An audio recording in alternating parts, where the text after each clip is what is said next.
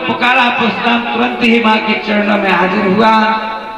ये सहस्त्रबाहु 3 प्रकार के वंश क्षत्रियों के थे, सूर्यवंश, चंद्रवंश और अहवंश। अहवंशीय क्षत्रियों को परशुराम जी ने अपने वर्षा के बल से क्षत्रिय वहन किया था। सज्जनों, परशुराम जी पिता के बहुत भक्त हैं। गादी मुनि के जो पुत्र हैं विश्वामित्र जी, इसी वंश में आगे चल करके एक राजा हुए जिनका नाम था नयुष। नयुष महाराज के 6 पुत्र हुए, यति, ययाति, संयाति और आयाति, वियति और कृति।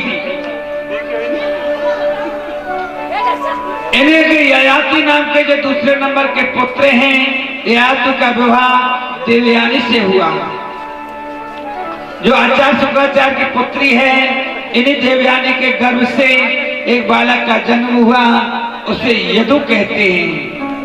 उसी यदु के वंश में मेरे गोविंद का प्रकट भाव हुआ।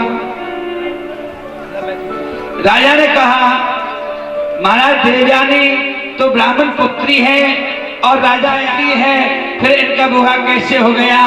आचार्य सुखदेव स्वामी कहते हैं, राजन, देवयानी अपनी सहेली के साथ गई और जल विहार करने लगी। सहेली राजकुमारी शर्मिष्ठा है। सहेली का क्या नाम है? शर्मिष्ठा। उसने जल्दी में भूल से देवयानी के वस्त्र पहन लिए। देवयानी ने उसको बुरा भला कहा। शर्मिष्ठा ने देवयानी को कूप में डाल दिया। महाराज, जंगल में मृगा खेलने के लिए राजा आयाति आए और उधर से गुजर रहे थे तो कुएं से चीख पुकार सुनकर देवयानी को निकाला। गंधर्व जी से उसे विवाह कर दिया, क्योंकि शर्मिष्ठा राजकुमारी ने देवयानी को कूप में डाला था। इसलिए शर्मिष्ठा का दंड यह है कि देवयानी की दासी बनकर आना पड़ेगा। शर्मिष्ठा देवयानी के यहाँ दासी बनकर आई, परंतु राजा ने, ययाति जानते थे कि मेरी पत्नी ब्राह्मण पुत्री है और हमारी जो दासी राजकुमारी है, इसलिए राजा ने दासी से गुप्त रूप में विवाह करना स्वीकार कर लिया। यदम तर्वसूचेवं देवयानी विजायत देहून चानुं च पुरुं च शर्मिष्ठावर्षणो वर्णिः। देवयानी के 2 पुत्र हुए, यदु और तर्वसु। दासी के 3 पुत्र हुए, दुहु, अनु और पुरु। शुक्राचार्य की इच्छा, यह बात शुक्राचार्य को अच्छी नहीं लगी। जिसको अपनी पुत्री के लिए दासी बनाकर भेजा था, उसको मेरे दामाद ने पत्नी बना लिया, मेरी पुत्री का अधिकार छीन लिया। मैं श्राप देता हूं। उसने अपने दामाद को श्राप दिया कि जाओ, तुम वृद्धावस्था को प्राप्त हो जाओ। शुक्राचार्य बोले, ये तो मैंने सोचा नहीं कि आपके पुत्र 5 पुत्रों में किसी ययाति राजा को वृद्धावस्था दे दी। तो कहा, महाराज ये तो क्या किया? बोले, आप किसी पुत्र से अपनी युवावस्था मांग लीजिए। 5 पुत्र से कहा, जो तुमको वृद्धावस्था के बदले में युवावस्था दे दे, उससे ले लीजिए। लेकिन छोटे पुत्र ने अपनी युवावस्था को पिता को दे दी। बेटे की युवावस्था लेकर पिता हजारों वर्ष तक काम भोग क्रिया में रत रहा। 1000 वर्ष तक काम भोग व्यतीत हो गई, फिर उन्हें तृप्ति नहीं मिली। ययाति महाराज को बड़ी गिलानी हुई। एक दिन राजा अयाति के नेत्रों में आंसू भर आई और सोचा, मैं कितना बड़ा पापी हूं। मेरा जैसा निकृष्ट जीव इस संसार में कोई नहीं हो सकता। परमात्मा की विशेष कृपा का फल ये मानव शरीर मिला। मैंने अपने पुत्र की युवावस्था लेकर काम का उपयोग किया है, लेकिन मेरा मन आज भी तृप्त नहीं हुआ। संसार न जातो काम कामनो विभोगेन संपयति, अभिसा कृष्ण बतो मेवा भूयेवा विवर्धते। कामना की शांति कभी नहीं हो सकती। महाराज, जलती हुई अग्नि में कितना भी घी डालोगे, जितनी अग्नि प्रज्वलित होती है, उसी प्रकार ये संसार की जो मन है, मन कामासक्त होने पर कभी तृप्ति नहीं हो सकती। भागवत में लिखा है, 1 मिनट भी परमात्मा के बगैर आपका समय निकलता है, उसके लिए पश्चाताप करना चाहिए। 1 मिनट भी गोविंद का चिंतन के बगैर नहीं निकलना चाहिए। चिंतन में मेरे गोविंद का करो, चिंता संसार की होती है, गोविंद का क्या होता है? चिंतन। तो चिंतन बढ़ाओ और चिंता मिटाओ।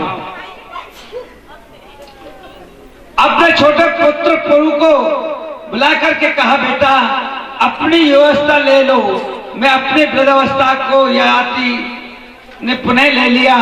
आचार्य सुखदेव स्वामी कहते हैं कि राजा याति एकांत का सेवन किया, समाधिस्थ हो गए। धीरे धीरे मन को कृष्ण के चरणों में लगाया, कंठ गदगद हो गया, शरीर पुलकित हो गया, समाधि में लीन हो गए। उन्होंने ऐसा लगा कि जैसे गोविंद के पास बैठा हूं और परमात्मा के धाम को प्राप्त कर लिया है।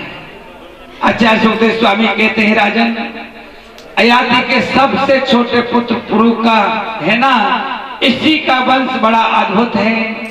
इन्हीं पुरु महाराज के वंश में आगे चल करके दुष्यंत नाम के राजा हुए। ये कर्णा के सागर है। दुष्यंत की पत्नी शकुंतला है, परम पवित्र बालक को जन्म दिया जिनका नाम भरत है। इन्हीं भरत महाराज के वंश को आगे चल करके रणंती देव नाम के राजा हुए। इनके यहाँ घोर अकाल पड़ गया तो पाप, जब तंदुल बचे हैं उन पावर तंदुलों को बना करके तैयार हुए, तो उसी समय एक चांडाल जिसके साथ 4 श्वान हैं, श्वान जानते हो, कुत्ता, और कहने लगा मैं भूखा हूं, मेरे कुत्ते भूखे हैं, हम मर जाएंगे, हमारे लिए कुछ खिलाएगा। राजा ने अपना वो तंदुल भी, पावल चावल भी दान कर दिया और तो और अपने शरीर से मांस निकाल करके जीवों को दे दिया। ऐसे महान रणंत देव राजा हुए। महाराज इसी वंश में आगे रणंत देव, हे गोविंद मुझे स्वर्ग नहीं चाहिए, मेरे मन में वैकुंठ जाने की बिल्कुल इच्छा नहीं है। मन मेरी सारी सृष्टि का राजा होने की इच्छा नहीं है, मुक्ति नहीं चाहिए। मैं तो केवल एक ही चाहता हूं कि संसार में जितने जीव हैं, जितने प्राणी हैं, वो दुखी नहीं होने चाहिए। उनके उदय में बैठकर उनके दुख का अनुभव करता हूं। मेरे पास जितना सुख है वो सारे संसार के लोगों को प्राप्त हो, क्योंकि इस संसार में कोई सुखी नहीं है। कोई तन दुखी, कोई मन दुखी, कोई धन बिन रहती उदास, थोड़े थोड़े सब दुखी, सुखी राम के दास। इस संसार में कोई तन से दुखी है, कोई मन से दुखी है, कोई धन बिना उदास रहता है, संसार में कोई सुखी नहीं है। तो रणधीर देव कहते हैं भगवान, मैं जीवों को जल समर्पण कर रहा हूं, भोजन दे रहा हूं, ये मेरी सर्वोत्तम पूजा है और मैं किसी पूजा को नहीं जानता। ये बड़ी सुंदर बात है। मालिक इतना दीजिए जितना कुटुंब संभाले, मैं भी भूखा ना रहूं, साधु भूखा जाए। महाराज, परमात्मा से सदा यही प्रार्थना करो कि प्रभु मेरे जो परिवार है इसका पालन मैं सत्कर्मों के द्वारा करूं। कुमार के द्वारा नहीं करना है, यही प्रार्थना रणधीर देव ने कहा।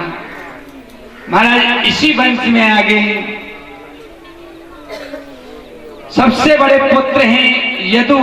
यदु वंश में कई पीढ़ियों के बाद एक राजा हुए, उनका नाम है देवमीठ।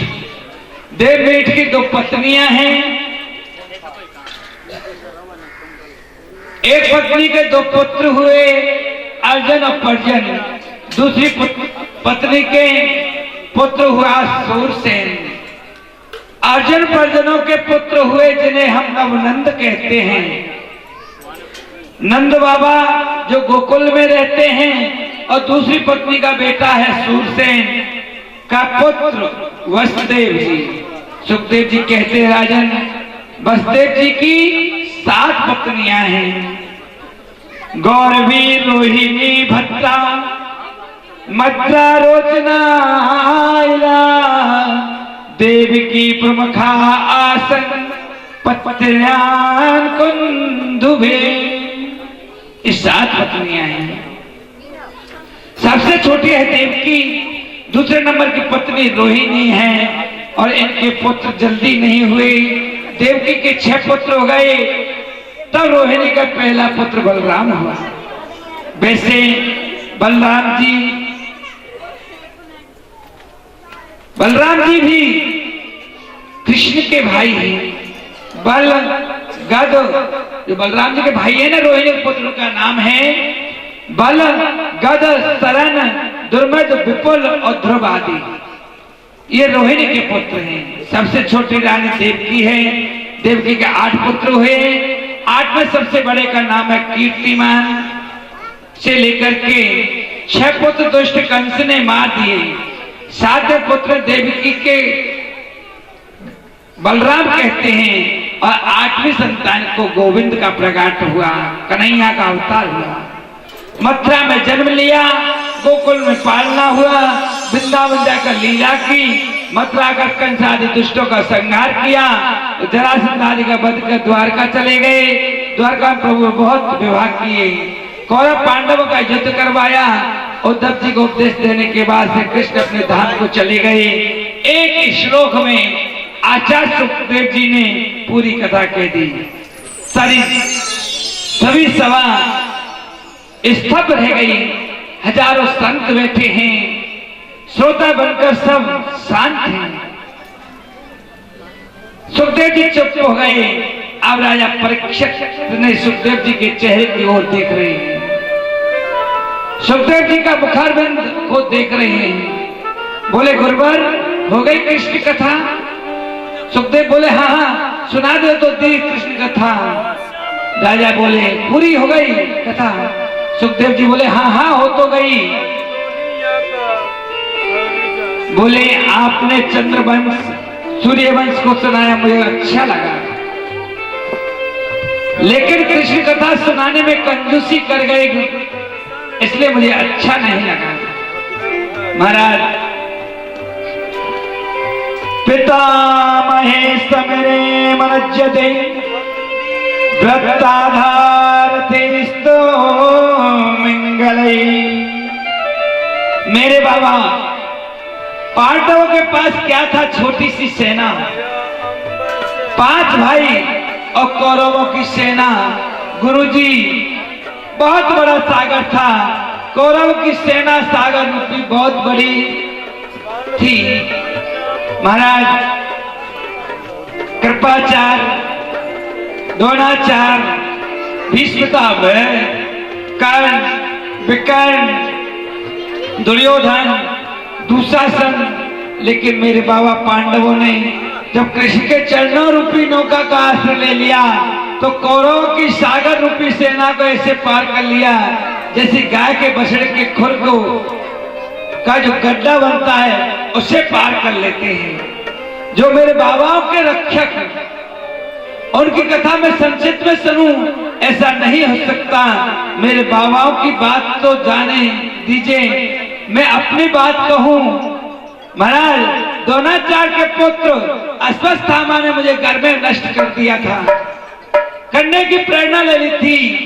मेरी माँ उत्तरा रोती हुई जब कृष्ण के शरण में गई तो मेरे गोविंद ने माँ के गर्भ में आकर के मेरी रक्षा की। देवकी के पुत्रों का वर्णन किया, उसमें 7वें संतान बलराम जी थी। माता रोहिणी के पुत्रों का वर्णन किया, उसमें पहली संतान बलराम जी थी। ये मेरे समझ में नहीं आया, ये 2 बलराम हुए या 1 बलराम हुआ? एक ही बलराम है तो 2 माताओं का जन्म किस प्रकार हुआ? 2 माताओं कैसे? आप विस्तार से कहिए गुरुजी, कैसे मथुरा में अवतार लिया? आचार्य सुखदेव स्वामी बोले, परीक्षा मैंने श्रोता बहुत देखे, फिर तुम जैसा श्रोता नहीं देखा। आज 4 दिन हो गए, जलपान नहीं किया, भोजन नहीं किया, कुछ विश्राम नहीं किया। बोले प्रभु, आपकी जो कथा चल रही है इसमें अमृत की वर्षा हो रही है और अमृत पान कर रहा हूं। ना महाराज मुझे प्यास लग रही, ना मुझे भूख लग रही, ना मुझे थकान हो रही है। मुझे तो आप कृष्ण कथा सुनाइए।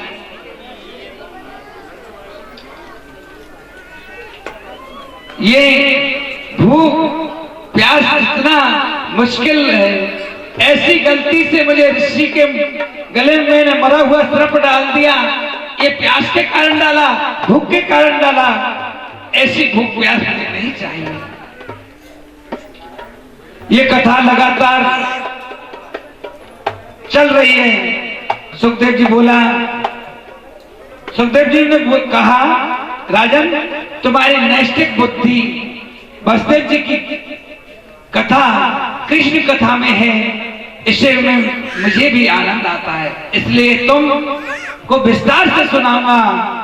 तुम राजा नहीं, राजऋषि नहीं, आप तो राजऋषि सर्वोत्तम हो। आदरणीय सुखदेव स्वामी कहते हैं, राजन पृथ्वी में जब पाप ज्यादा हो जाता है, दुष्टों का बोला वाला हो जाता है, तब मेरे गोविंद अवतार लेते हैं। जब जब हो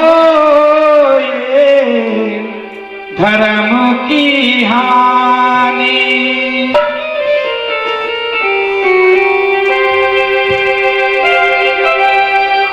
अरे जब जब हो धर्म की हानि, जब जब हो धर्म की हानि, धर्म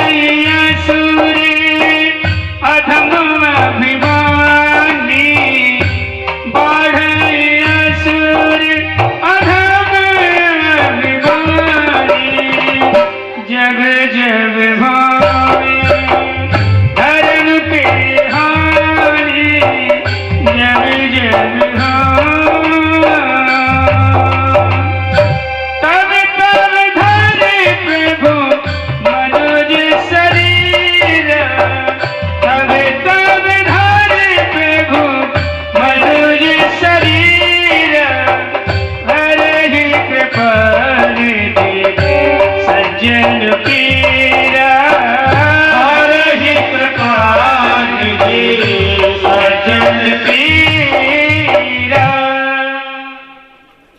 जब दुष्टों का बोला बाला हो जाता है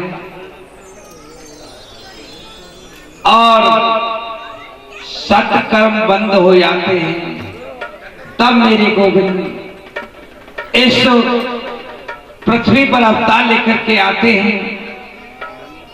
महाराज मथुरा के बड़े यशस्वी राजा हैं जिनका नाम है उग्रसेन जी महाराज, बड़े धर्मात्मा हैं महाराज। इन्हीं के पुत्र हुआ बड़ा दुराचारी, बड़ा क्रोधी, बड़ा अत्याचारी, बड़ा पापाचारी, जिसका नाम है कंस। कंस का जब जन्म हुआ विद्वानों को दिखाया तो महाराज विद्वानों ने कहा ये बड़ा दुष्ट होगा, बड़ा पापाचारी होगा। उग्रसेन महाराज ने लकड़ी की पेटी बना करके यमुना जी में भिगवा दिया, लेकिन उस सूरसेन महाराज को मिल गया। सूरसेन महाराज ने ही कंस की पालना पोषणा की। थोड़े बड़े हो गए तो महाराज इनको पता चला नारद जी के द्वारा कि मैं उग्रसेन का पुत्र हूं। महाराज शंकर जी की तपस्या की, शंकर जी से धनुष लिया। वापस आ रहे थे महाराज, जरासंध राजा से इनका टकरार हो गया।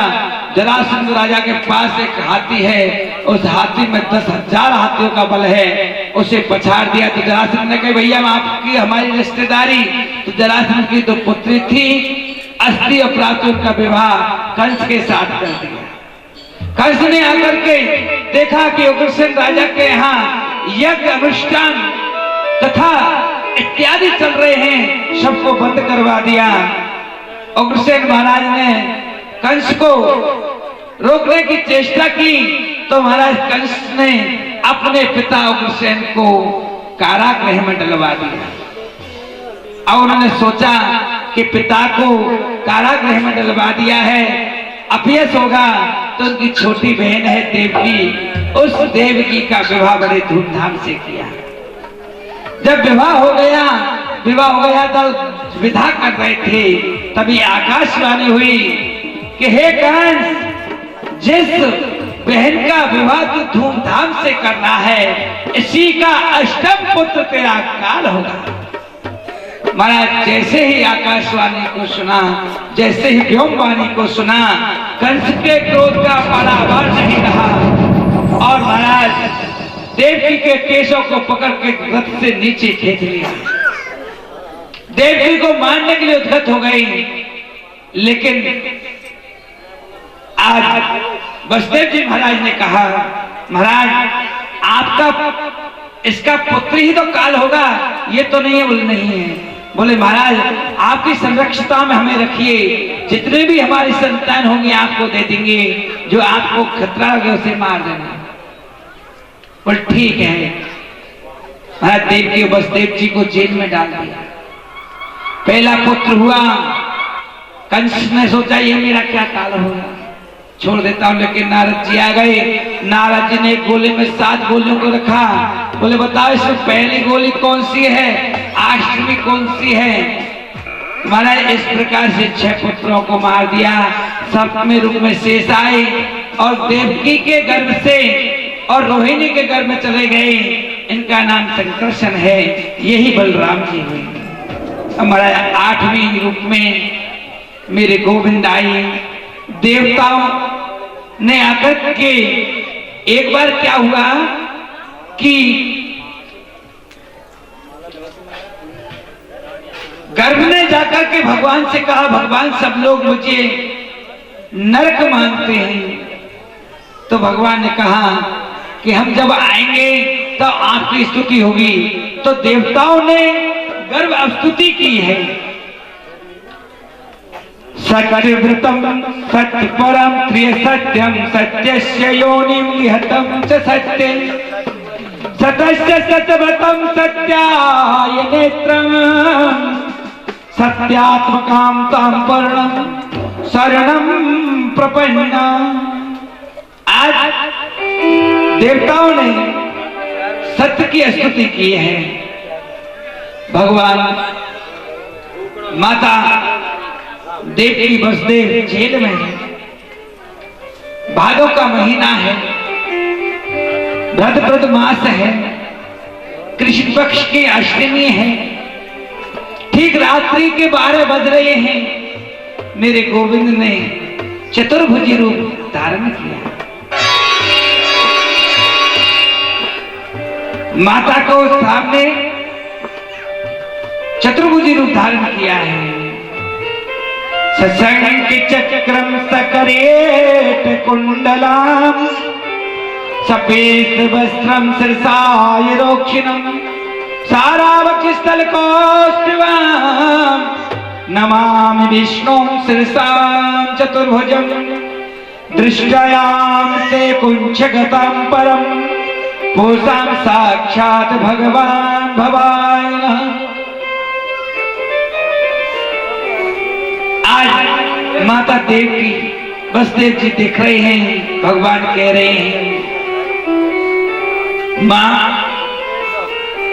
जो तेने मुझसे वरदान लिया 3 जनों तक तेरा पुत्र बनकर के रहूंगा, वो तेरा पुत्र बनकर के आया हूं। लेकिन सुनो, यहां मेरा प्रकट भाव हुआ और मेरी माया का प्रकट कहां हुआ है? गोकुल में। बाबा को जाना होगा मुझे छोड़ने के लिए और वहां से मेरी माया को लाने के लिए। वसुदेव जी ने कहा, भैया मेरे हाथों में बेड़ी बंधी हैं, पैरों में बेड़ी पड़ी हैं, मैं कैसे जाऊंगा? बोले चिंता नहीं करें। महाराज भगवान शिशु हो गए, एक छबरे में बैठ गए और छबरे में बैठ करके जैसे ही वसुदेव जी ने भगवान से हाथ लगाया, बेड़ियां खुल गई। कंस का बहुत बड़ा पैरा है, बहुत सारे सैनिक हैं, सब सैनिक भगवान की माया से सो चुके हैं। महाराज कारागृह के सभी ताले खुल गए हैं। अब भगवान को लेकर के वसुदेव जी चल रहे हैं। वसुदेव जी जब पहुंचे यमुना के किनारे, ऊपर से महाराज समुद्र ने के द्वारा और बादलों की प्रेरणा, समुद्र की प्रेरणा से बादलों के द्वारा धीमी धीमी बौछार भगवान का स्वागत कर रही है। जमुना मैया बह रही हैं। तो जैसे जमुना मैया में पहुंचे, जमुना मैया ने भगवान का चरण स्पर्श किया। भगवान ने कहा नीचे। जमुना मैया ने रास्ता दे दिया और वसुदेव जी महाराज गोकुल से में पहुंच गए हैं। नंदरायणी के यहाँ कन्हैया को सुलाया। पता चला, कंस ने देखा कि देवकी का अष्टमा गर्भ का जो बालक है वो जन्म ले चुका है। आया, बोले भैया ये कन्या है। बोले नहीं, वो छलिया किसी रूप में आ सकता है। तुम्हारा इस कन्या को जहां 6 पुत्रों को मारा, उसी सिरा पर ले जाकर फेंका, वो हमारे हाथों से छूट करके अष्टभुजाधारी दुर्गा मैया बन गई। बोले हे कंस, तू मुझे क्या मारेगा? तेरे मारने वाला तो ब्रज 84 कोष में उत्पन्न हो गया है। लाली है या लाला है? वो फिर दोबारा से देखा। बोले लाला। दौड़ी दौड़ी नंदराज के पास पहुंची। नंद जी की माया, ओ तेरी माया कन पाया कोई पार की लीला तेरी तू ही जाने हो काना तू ही जाने हो काना तू ही जाने रे सारी दुनिया पे तेरे जन हर की लीला तेरी तू ही जाने। तेरी माया कर पाया कोई पार लीला तेरी तू ही जाने। अरे तू ही जाने हो श्यामा, तू ही जाने हो सारी दुनिया का लीला तेरी तू ही जाने। प्रबल चंचला चपला कल से समान डरावे,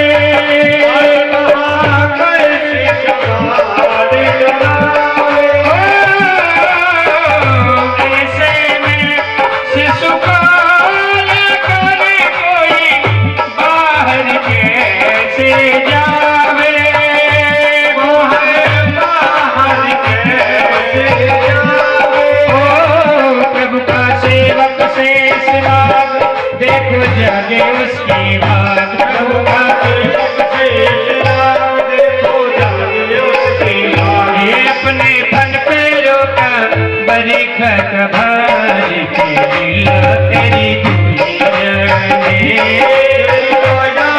लगाया कोई काहे लीला तेरे तुझे जाने।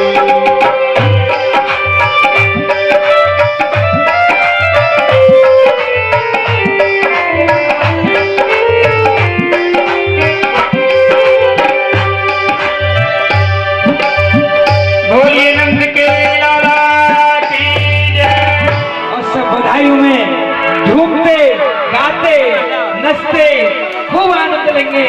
बोले नंद के लाला की जय हो। भाई आते नहीं भैया।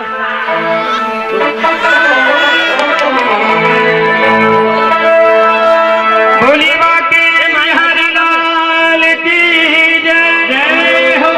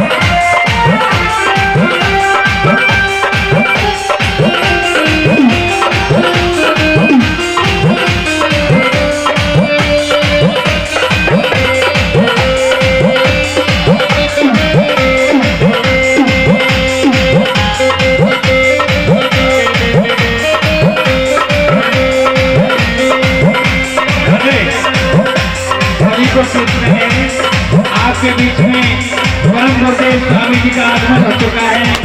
नंदोत्सव का आनंद लेते हुए स्वामी जी महाराज का दर्शन करते हुए आएंगे। तो स्वामी जी महाराज की महिला में अंगना, अंगना में पलना,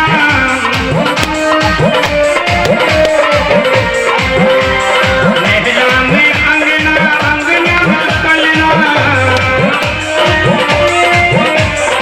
पलना में झूठ रहे मैया को लेना, पलना में झूठ रहे मैया को लेना। जबकि नजर उतार बारी बारी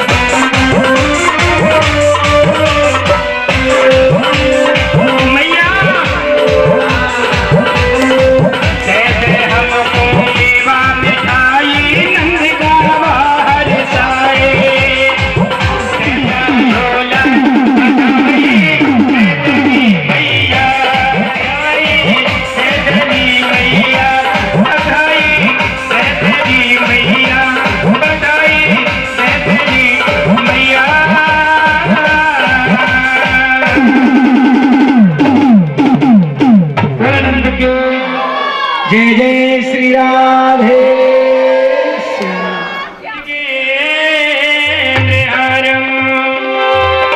सदा वसंतम हृदयारविंदे भवं भवानी सहितं नमामि। आरती बाल कृष्ण की जय, आरती बाल कृष्ण की जय। अपनो जन्म सुफल कर लीजिए, अपनो जन्म सफल कर लीजिए। आरती बाल कृष्ण की जय, आरती बाल कृष्ण की जय।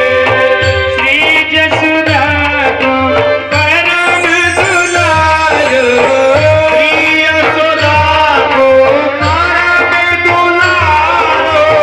बाबा की अखियन को तारो, बाबा की अखियन को तारो। गोपिन के कानन ते प्यारो, गोपिन के कानन ते प्यारो। इन पर प्राण लो छावर कीजिए, इन पर प्राण लो छावर कीजिए। आरती बाल कृष्ण की जय, आरती बाल कृष्ण की जय। बलिदानों का छोटा भैया, बलिदानों का छोटा भैया। कनुआ कहते हैं बोले की भैया, कनुआ कहते हैं बोले की भैया। परम मुदित मन लेते बलैया, मुदित मन लेते बलैया। इन ऊसरे बसे अर्पण कीजिए, ऊसरे बसे अर्पण कीजिए। आरती बाल कृष्ण की जय, आरती बाल कृष्ण की जय। श्री राधा गर कुंवर कन्हैया, श्री राधा गर कुंवर कन्हैया।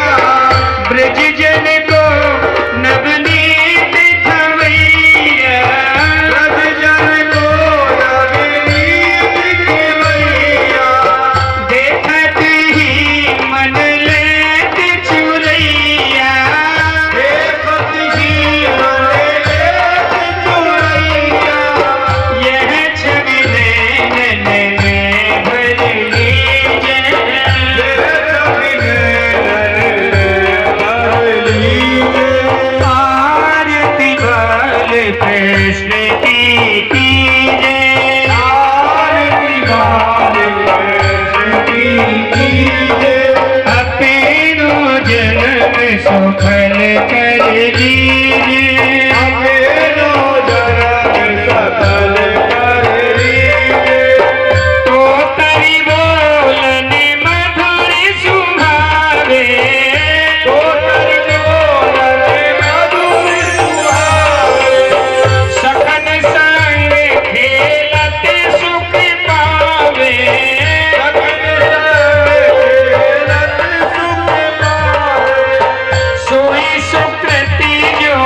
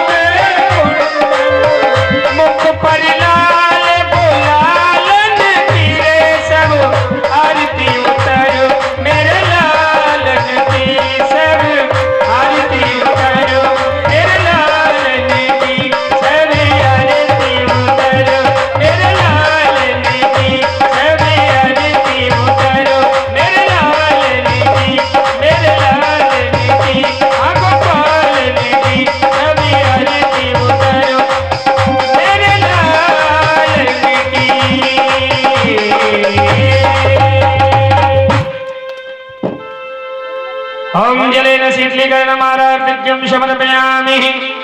ओम देवौ शान्तिरन्तरिक्षं शान्तिः विरामः शान्तिरोगदयः शान्तिः वनस्पतयः शान्तिर्विश्वे देवाः शान्ति ब्रह्म शान्तिः सर्वगं शान्तिः शान्तिरेव शान्तिः श्यामा शान्तिरेधे।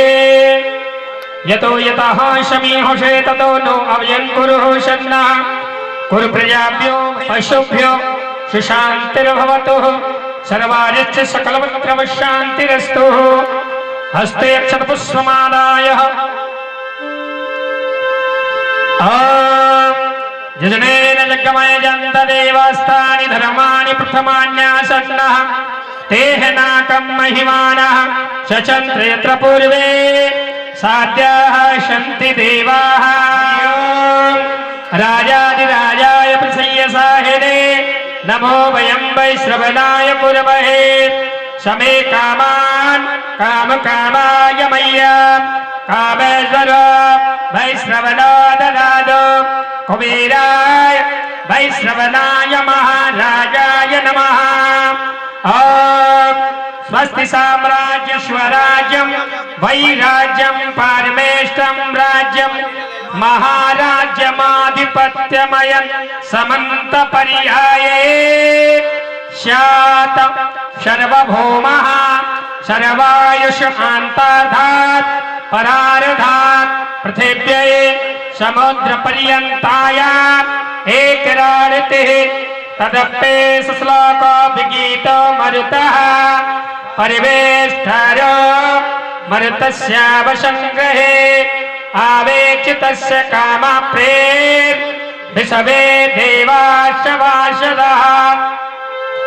ओम विश्वत चक्षुरुत विश्वत मुख विश्वत बाहुरुत विश्वत स्वात संबाहुभ्यां ध्यमति संपतित्रैर्द्याव भूमि जनयन् देव एकः।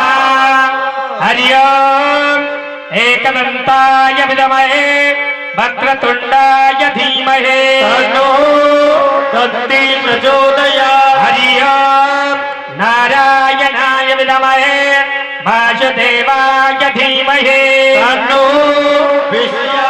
हरि ओम महालक्ष्मीश्च विद्महे विष्णुपत्नीश्च धीमहि तन्नो लक्ष्मी प्रचोदयात्। हरि ओम तदपुरखाय विद्महे महादेवाय धीमहि तन्नो रुद्रः प्रचोदयात्। हरि ओम कात्यायनश्च विद्महे कन्याकुमारीश्च धीमहि तन्नो दुर्गा प्रचोदयात्। हरि ओम नन्दनन्दनाय विद्महे यशोदा वत्सलाय धीमहि तन्नो श्रीकृष्णः प्रचोदयात्। हरि ओम भानुजायश्च विद्महे कृष्णप्रियायश्च धीमहि तन्नो श्रीराधा प्रचोदयात्। हरि ओम अंजनीसुताय विद्महे रामदूताय धीमहि तन्नो हनुमत् प्रचोदयात्। शिवान्ते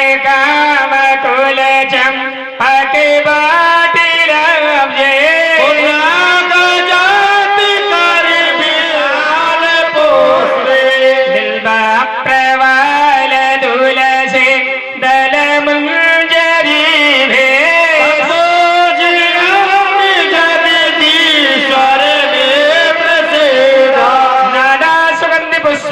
यथा कालोद्भवानि च पुष्पाञ्जलि मया दत्तो ग्रहाणां परमेश्वर संगायशा शक्तिकाय वाहनाय भगवते प्राणपुरुषोत्तमाय नमः।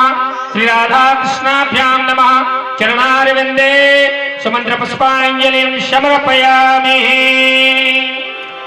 एक परिक्रमा करेंगे। यानि कानि च पापानि जन्मान्तरे कृतानि च तानि सर्वाणि नश्यन्तो प्रदक्षिणायां पदे पदे। पापोऽहं पापकर्माहं पापात्मा पापसम्भव त्राहि मां पुण्डरीकाक्ष सर्वपापहरो भवः।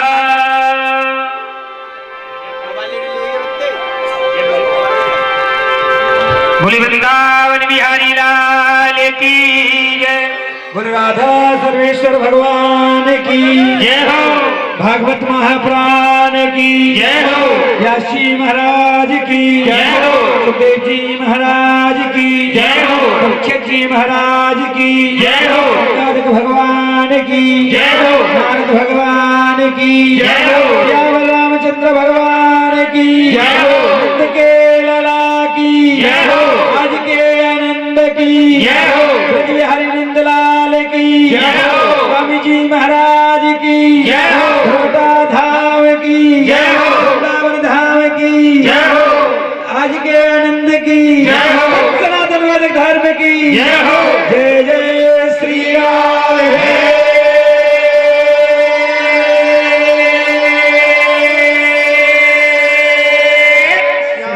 धर्म की जय हो।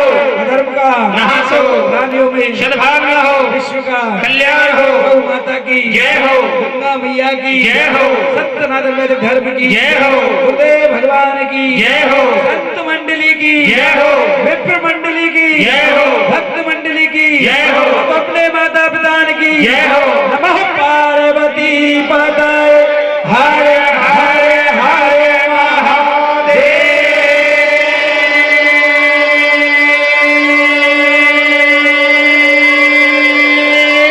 शंभो काल हर कष्ट दुख दारिद्र सभी भक्तों का कल्याण।